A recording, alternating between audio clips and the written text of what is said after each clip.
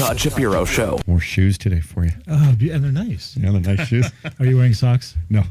Are you wearing those little sockettes? No, I'm not. I have no sockettes. Should I be wearing sockettes? You know what? If you look at the most stylish people, they wear sockettes. I don't wear sockettes. I can't find them. But a lot of very stylish gay men always have sockettes. I'm like, where do you get those? It's a secret. It's a specially held secret, not for me.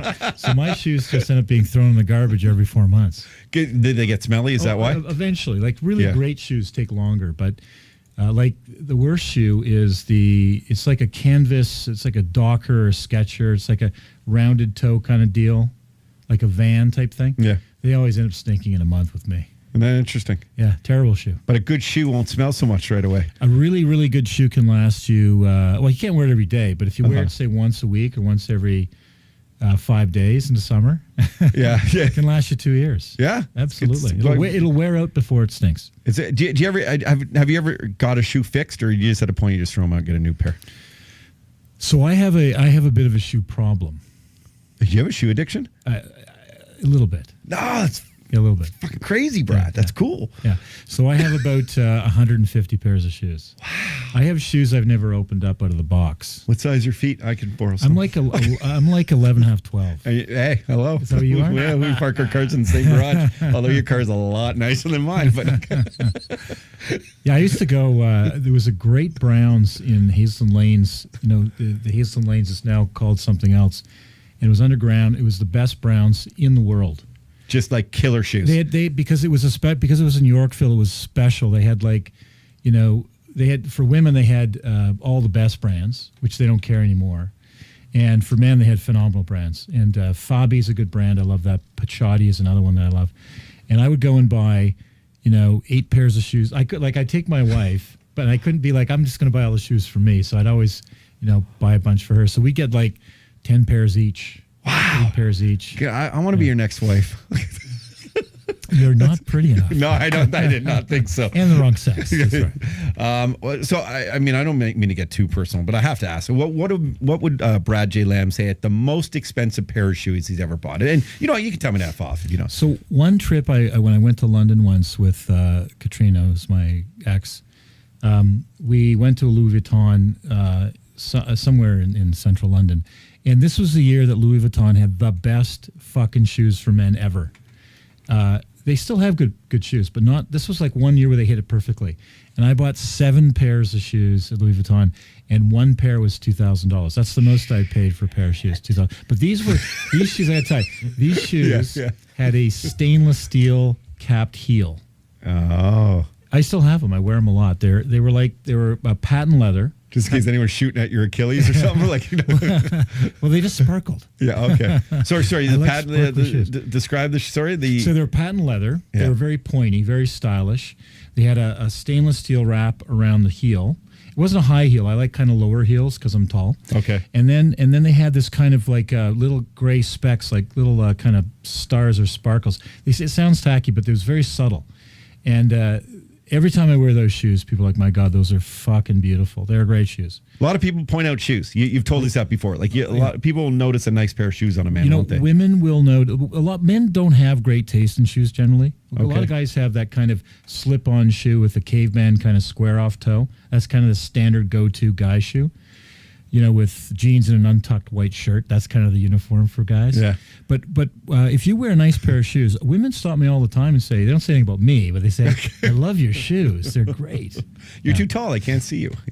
I guess. They're looking at maybe the right area. But it's funny. Women do notice. Gay men obviously are very stylish generally. It's a generalization, but I find more gay men to be stylish than straight men.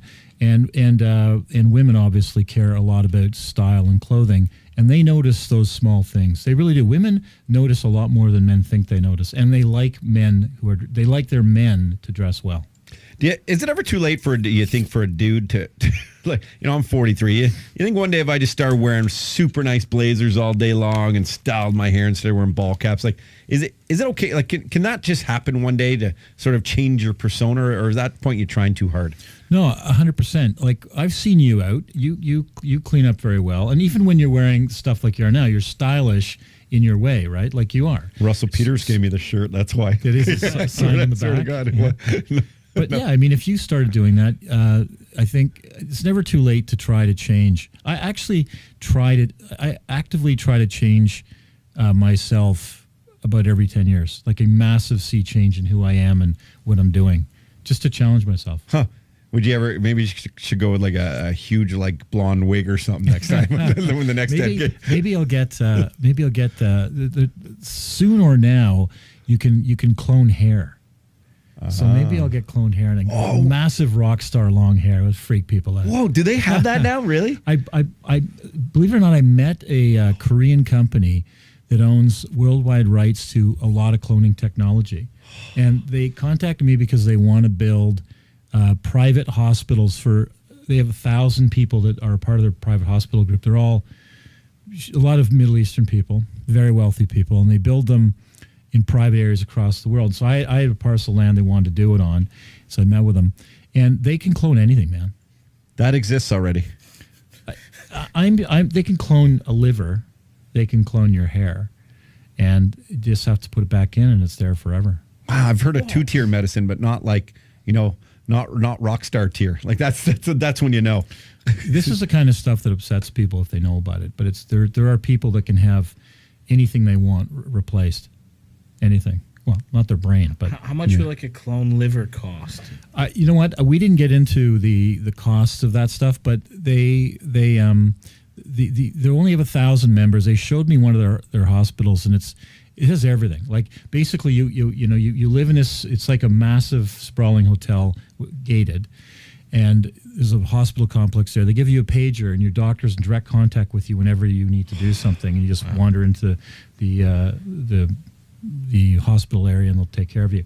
But yeah, there's a huge incidence of diabetes among certain parts of the wealthy population in the world. Mostly, there's a big problem with that in the Middle East with very wealthy people. And so there's certain organs that need to be replaced when you're diabetic, and the diabetes has progressed to a certain point. And listen, they're telling me stuff. I'm like, come on, really? They showed me a full presentation of what they do. Yeah. Oh my! At that point, it becomes like a fine cigar too. Like, I got this liver. Like it's a pride thing. I think like you talk about it. If you could go and get it, why not? If you have that kind of money. I just imagine if I was rich, people would be like, "Is that your wife, Brenda?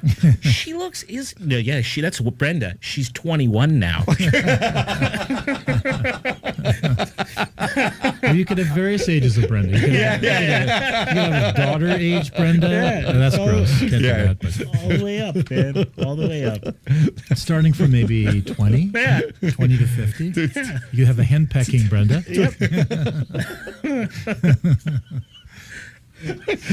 Well, TorontoCondos.com is where Brad J. Lamb is at, doing so much great stuff across Canada, from Edmonton to Ottawa to Calgary. Obviously, what he's done in Toronto is mind-blowing, and go and check out many of his projects, including Theatre Park, which we hopefully will have a cool announcement for coming up in next week. And again, TorontoCondos.com for any information or investments or buying condominiums or homes.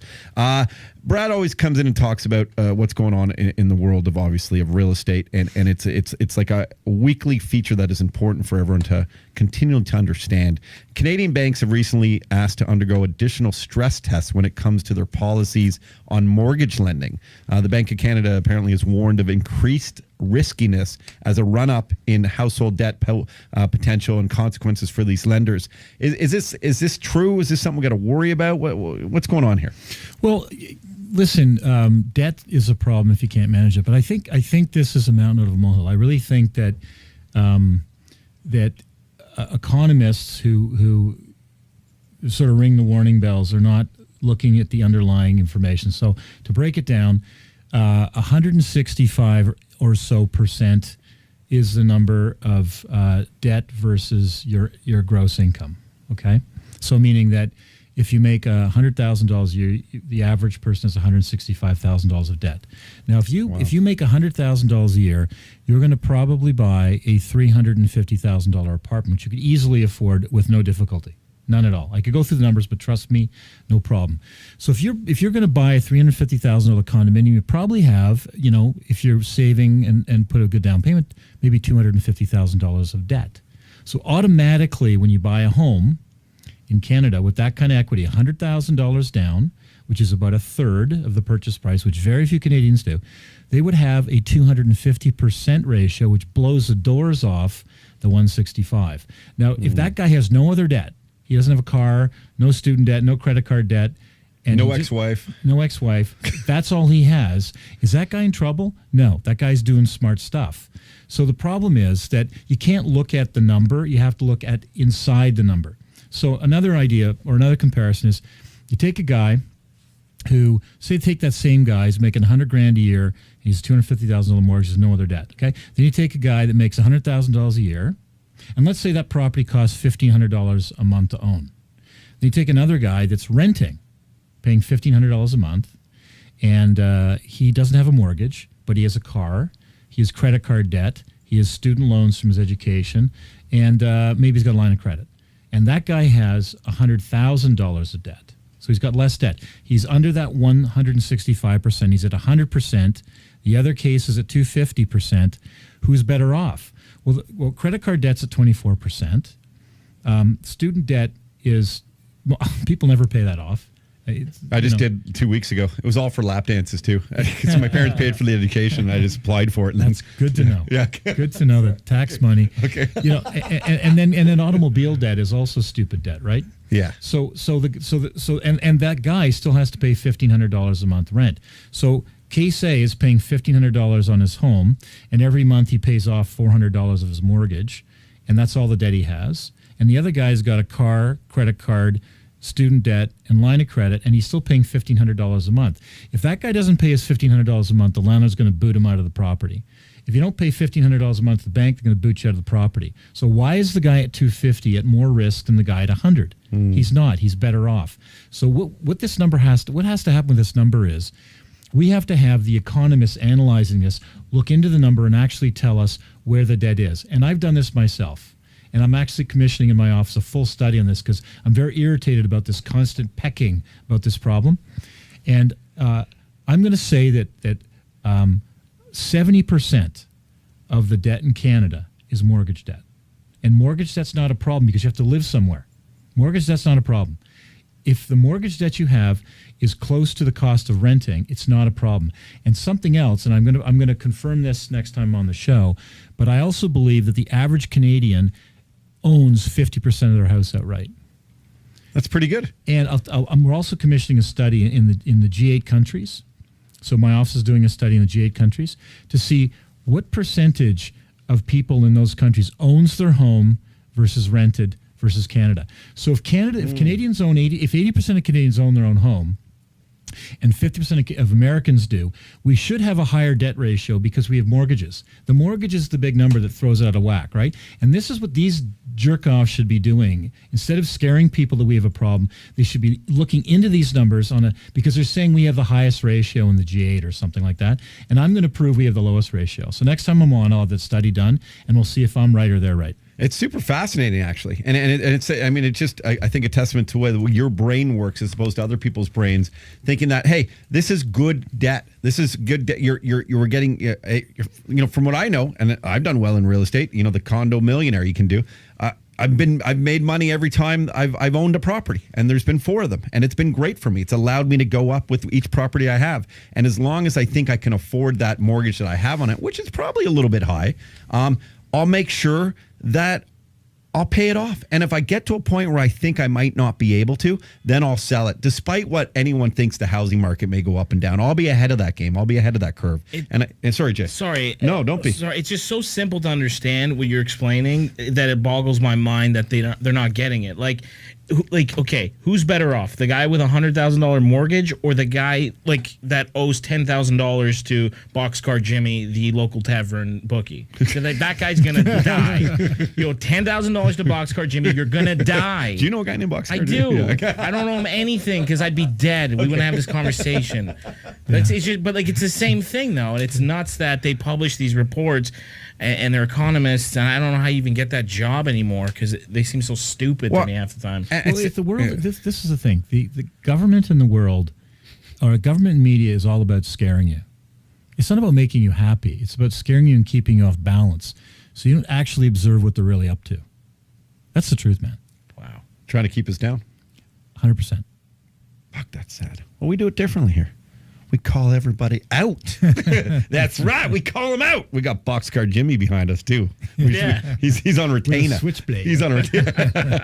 I actually saw this in the news earlier, and I was like, wow, I didn't realize. But they today, the city of Toronto, and this is going to sort of speak to all of Canada eventually, has approved Uber with a public transportation company license, basically saying that Uber is the same regulatory framework as taxis. And there was only like 70 people there protesting too. It wasn't a big stink. A couple guys going, "They're shameful. This is shameful." The three of them. It's a very interesting story, and I wanted to get Brad J. Lamb's thoughts on it.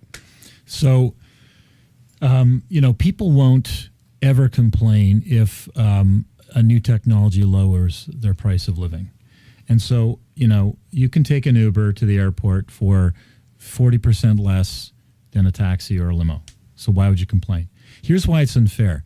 So for the last, I don't know, however number of years, let's say 60 years, I'm just going to throw it out there, it's probably around that time, we've had an organized cab industry in Toronto, right? And people have had to get a license, take a test, understand where everything is. I'm going to say that it's not like our taxi drivers are the most informed about streets, but they're better than they would be if they didn't take the test and study the streets, right? They're not the London taxi driver, but they're better than a guy just jumping in a car and saying, "Where do you want to go?"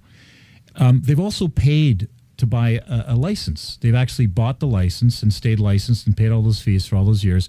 And licenses traded hands. So if you wanted to own a taxi license, you had to buy it. And at one point, taxi licenses in Toronto were up around $300,000. Wow.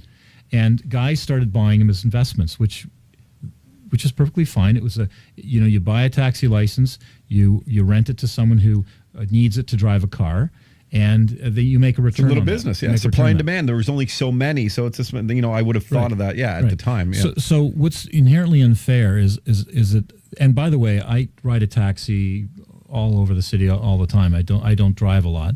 And a lot of taxi drivers know me because I've plastered my face around the city. So they're always asking me stuff about real estate, and I ask them stuff about what they're doing. And a lot of taxi drivers have done very well, working their ass off, multi-shifts. A lot of new immigrants. It's amazing, in 30 or 40 years of eating it, what they've been able to do. A lot of them own their plate. A lot of them do, which means they have an investment that's worth $300,000. That investment now effectively really is worth zero. Who's going to buy it? Just get your Toyota Civic, sign on with Uber, and you're all set to go. So, Brad, will you not use Uber? I'll tell you what. I don't have Uber as an app. I don't use Uber. Like, my ex-wife loved Uber, and so when she ordered one, I get in the car. Sure. But I don't support Uber as an institution or an organization. I think it's terrible for all the cab drivers throughout the world. We're talking millions of people that drive cabs in all these cities. They just got fucked. Now, I come from the guy who saves that $6 on a fare that would be 17 and now is 11. Okay. I've had some great Uber drivers. I've had some crappy Uber drivers. I've had some great taxi drivers. I've had some I have some terrible taxi drivers as well. So, give or take, like the driver's not the service that I care about. It's the actual price that I save. That is the only thing I cared about. The only thing I was surprised by with the city, and you see this now being approved in more and more cities, is that I'm going to be careful. I say this. It felt like there was like a back end deal or something. Like for me, I didn't care because I was saving money. But I did see it as a business person who had this sort of regimen and all these rules that now all of a sudden is just gone.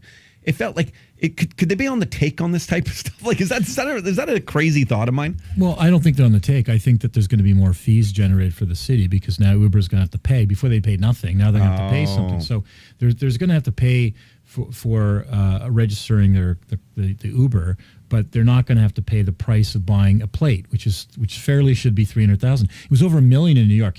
There's actually credit unions in New York City and Chicago that are bankrupt now because they loan money on $1 million purchases for plates. So a guy would put $400,000 down, borrow $600,000, and they're credit unions that were set up for the purpose of loaning money on taxi plates. It was a great business for 60 years. Those credit unions are bankrupt. They're done, finished. So I mean, do you look at this as from a purely kind of business level, from a fair practice level? Is ultimately is that sort of why you see it? Like how can you? I get that disruptive businesses are good. They break down the brick and mortar, and you got to keep up and advance and all this kind of stuff. But when there's actually rules in place, and then all of a sudden you just switch the rules for technology, is that kind of the concern here? Listen, when whale oil was used to light the cities, in the 1860s, 70s, and 80s, and then petroleum was found, and all those whale companies went bankrupt. That's just progress, and good for the whales. We're not killing whales for that stupid purpose anymore. But this is a business that's legislated by government, and I think government owes a duty of care because they legislate it. I think if it's a free business like electric car versus gas car, or any new massive change in technology that makes lives better and makes costs cheaper for consumers is good. But when the government is behind the administration and the licensing, they owe a duty of care to people that have spent their lives investing in it. And frankly, if I were those cab drivers, I would do a class action lawsuit against the City of Toronto. That's what I would do. It's very hypocritical, isn't it? I understand why they're doing it. Consumers demand it. Consumers want cheaper. It's a great service. It's very smart. It's fantastic. And the guy's so disruptive. I mean, the founder of it. But no one's thinking about the taxi driver. And by the way, these are not rich people. Taxi drivers, yes. It's their livelihood, because livelihoods are being affected now. And then what they're going to end up having to do, and it's weird because now I'm being hypocritical because I like the service because I save the money, but you're making me think of it on a more compassionate level. Something I don't think I've ever thought before is that these people now are going to probably have to give up their taxi license and become an Uber driver and earn half the money and then have this license now that's worth nothing. Well, what's going to happen is that, so first of all, there's people are going to say this is bullshit, that the plates are in the hands of super rich guys. Like I think Mel Lastman I've read that he has many, many plates, but he might have sold them. And people say, well, who cares about that guy? Well, that guy actually took hard-earned capital and bought plates because the government was protecting industry. And I think that that's something government has to think about. But a lot of the people that have a plate they have one plate and they're driving a cab. And those are the hardworking guys that save their money to buy a plate. They're getting screwed, and they can't go. They owe money on that plate still. A lot of them do. They can't go to Uber.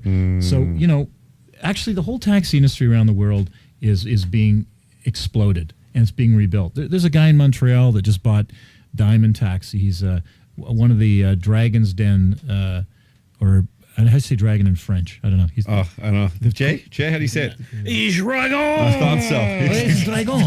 Le Dragon. Anyway, he was a guy on the Dragon's Den, and he just bought the 40 or 50% of the Montreal cab business.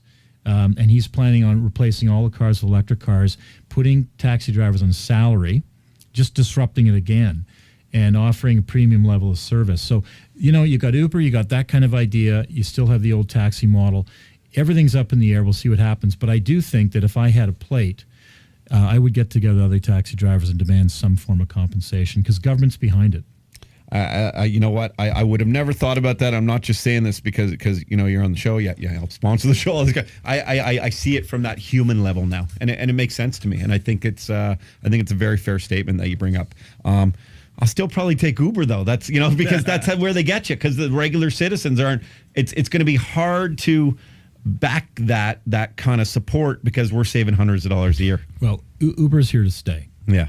So Can the at least the cabs can they do up their cars like NASCARs? They can really advertise them at least. Can they? Well, they do that in Las Vegas to an obscene level, right? Okay. I mean, everything's wrapped. It's mostly strip clubs. But, sure. But yeah, they could do that. Sure. I mean, there's the city. The city won't allow. I would imagine in the legislative industry that it is, that they can't do that on their own without city permission. I would say they have to get a partnership with the city to do it, and the city would have to make a piece of that probably. Brad's hanging out with us. You see any good movies lately? You know what? I went to Sausage Party the other night, and it is so funny. It's so completely filthy, and I mean, they attack every group. I love the dialogue between the Arab guy and the Jewish bagel. Have you seen it? I haven't seen it. Oh, there's like what's the Arab bread? It's like lava. Jay, I don't know. It's a droopy kind of lavish. Yeah, okay. Anyway, well, so I have to interrupt, Brad. Sorry, Lewis. Don't ever try and correct Brad J. Lamb. It's okay. Lewis the intern. Like, don't. It's all right. Don't even. Try. Anyway, it's just they share an aisle. Like so. It's like the whole conflict in the Middle East between like Arabs and Jews, and it's just so Woody Allen kind of voices the bagel, and I don't know who the Arab guy is, but it's just awful. How he goes after every group, but it works, and it's there's some actually thought-provoking things in it too. It's a bit existential in how they're portraying our place in the world and who are we and why we alive, and they do it with these hot dogs and buns and stuff, and the hot dogs want to fuck the buns. And there's all crazy sexual entendres with that. It's very, very funny. Funniest movie I've seen in a long time. Oh, good to know. I'm going to go check it out. And Seth Rogen continues to impress. It's so filthy. You gotta see it. Brad gives that 2 cloned thumbs up. Thumbs and toes, man. Are you chilling watching the Olympics? Yeah. I watched. Usain Bolt's amazing, right? Oh, do you know that I didn't realize this, but when he was 19, he was in the so what Olympics would have been 2000? When did he win was it 2004? Yeah. Yeah. Okay, so he was in the 2000 Olympics as a 19-year-old, and he didn't get into the finals. No, I had no idea. I just heard that last night. Yeah. Wow, and that you start to think what Andre DeGrasse just did at 21. He was a 17-year-old. 17. 17. He was 21 in the next Olympics. Okay. Yeah, he was because he's 20. He's 31 now, I think. Yeah. Anyway, it's a remarkable story. Yeah, he's jogging. He's just so wildly fast. It's just like, why isn't there anyone else 6'5" that can run like that? It's pretty bizarre. And how's his last name Bolt? Really. Perfect name. Like, come on. Did someone give him that name? I always wanted to Google that. Is that actually Jay? Do you know? Is that a wrestling name? No, Vince McMahon didn't give it to him? Okay. Yeah, he's amazing. Like, he's just so fast. Phelps has won, 28 gold medals now entirely? No, I think 23 gold and 5 assorted others. I see. Would you say he's the best Olympian of all time? Swimming's, No, I used to swim competitively, okay. So I know it's a brutal sport, man. Okay. The training is like hours by yourself in the pool. You want to put a gun to your head; it's tough. But the only thing I'd say is that it's grueling and it's difficult. But you swim. I don't know. It is. No one's come anywhere close to that medal count. He's a remarkable individual.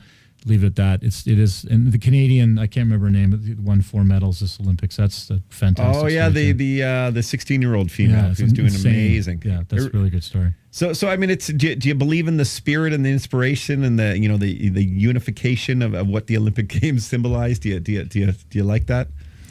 Yeah, I'm not sure that's true, but I think the Olympic Games is a for the athletes. I think it represents that, but I think for the body that runs it, it's just money.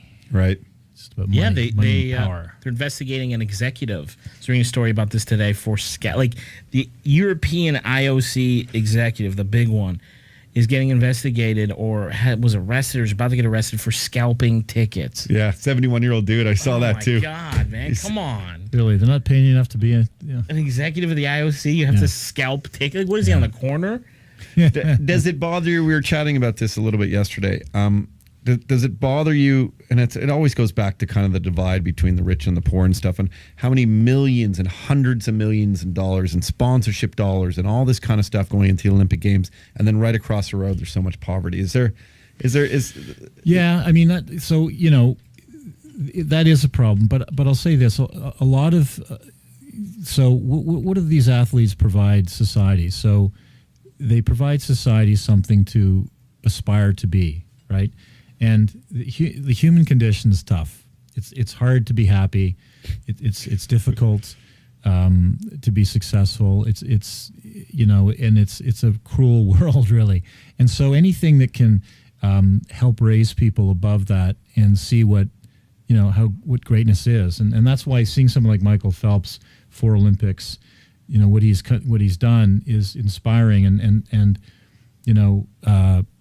anyone who dedicates their entire life to one thing like that, it's inspiring. And by the way, some guys like Michael Phelps and Usain Bolt make lots of money, but the high jumper just won a gold medal.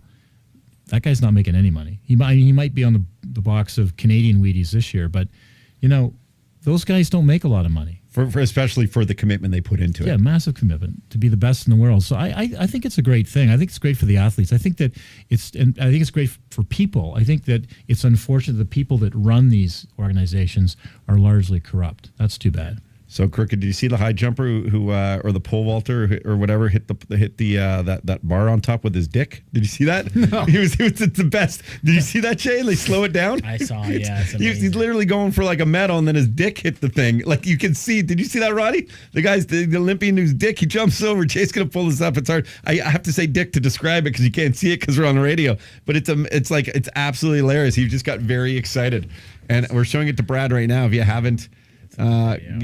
Yeah, it's just footage. Like, yeah. Try and find the video. Anyway, they slow it down. It literally is like dick hits the pole, and then he got. Was he excited? Yeah. He's like, I've never been this high. I'm gonna get a medal. I'm gonna get a medal. It's so exciting. So in the end, what happened? Did he win a medal, or I don't think he did. Was it the last vault for him? Here we go. Here, watch Brad, and then here we go. Oh, his. Yeah, Look at his right. face. Yeah. Look at his face. Oh my God, that's the face of a man whose penis just hit a pole vault. That's what knocked the pole down. His legs didn't do it. It was his penis. I bet you that's it. I don't even believe. I think he did this on purpose just so he had something to show the ladies. It's a great Tinder profile pic. Like, my penis is so strong it cost me an Olympic gold medal. Brad J. Lamb, thank you always for coming by and hanging out with us, man, and just you always have a really neat spin on questions. You open up our minds. It's nice. Thanks, dude. Yeah, we're gonna hang out one day. What car are we going for a ride in? Any car you like. I love this guy. Brad J. Lamb, go to torontocondos.com. Great investments. Look for condominiums, look for homes and developments all across Canada. And tons of stuff. Mortgage companies. He's got it all going on. It's easy to find and easy. torontocondos.com. The Todd Shapiro Show. Turn up your speakers, especially if you're over 65. Sirius XM 168. Canada Laughs.